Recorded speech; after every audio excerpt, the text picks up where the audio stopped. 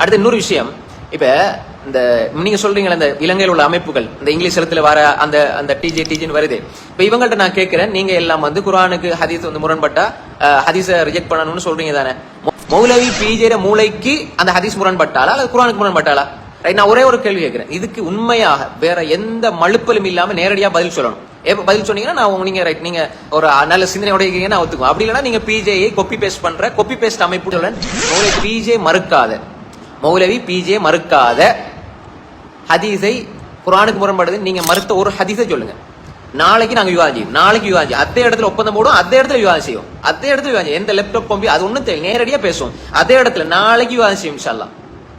சொல்ல மாட்டேன் ஒரு ஹதீஸ் உங்கள்கிட்ட இல்ல, ஒரு ஹதீஸ் நாளைக்கு அதே இடத்துல நம்ம டைமே தேவையில்லை, நாளைக்கு அதே இடத்துல ஹதீஸ் அந்த டாபிக் எடுத்து பேசுவோம். பிஜே மறுக்காத ஹதீஸை இந்த இலங்கையில இருக்கிற சிடிஜே மறுத்திருக்கிறது, இந்த ஹதீஸ் மறுத்து, ஆனா பிஜே மறுக்க இல்ல, நாங்க மறுத்திருக்கிறோம். அந்த நிபந்தனையோடு நாங்க மறுத்திருக்கிறோம். ஒரு ஹதீஸ காட்டுங்க, உண்மையான ஆய்வாளர் ஒருத்தர் இருந்தா ஒரு ஹதீஸை நாங்க மறுத்திருக்கிறோம் இந்த குர்ஆன் வசனத்துக்கு முரண்படுது. இப்ப நாளைக்கு நாளண்டு அவர் மறுக்கத்தான் போறாரு, நாளைக்கு நாளண்டு அடுத்த கிழமை அதுக்கு அடுத்த கிழமை ஒவ்வொரு ஞாயிறு நேரலையிலும் அவர் மறுக்கத்தான் போறாரு. அப்ப மறுத்த உடனே இந்த ஆய்வு எங்களுக்கு சரியாகப்படுகிறது, இந்த ஆய்வு எங்களுக்கு சரியாகப்படுகிறது, நீங்க கண்மூடித்தனமான தக்லீதுக்குள்ள இருக்காம நீங்க ஒரு ஹதீஸை மறுத்து காட்டுங்க. நீங்க ஆம்பளை தானே, நீங்களும் அறிஞர் தானே, நீங்களும் ஆம்பளை, நீங்க அறிஞர் தானே, மறுத்து காட்டுங்க.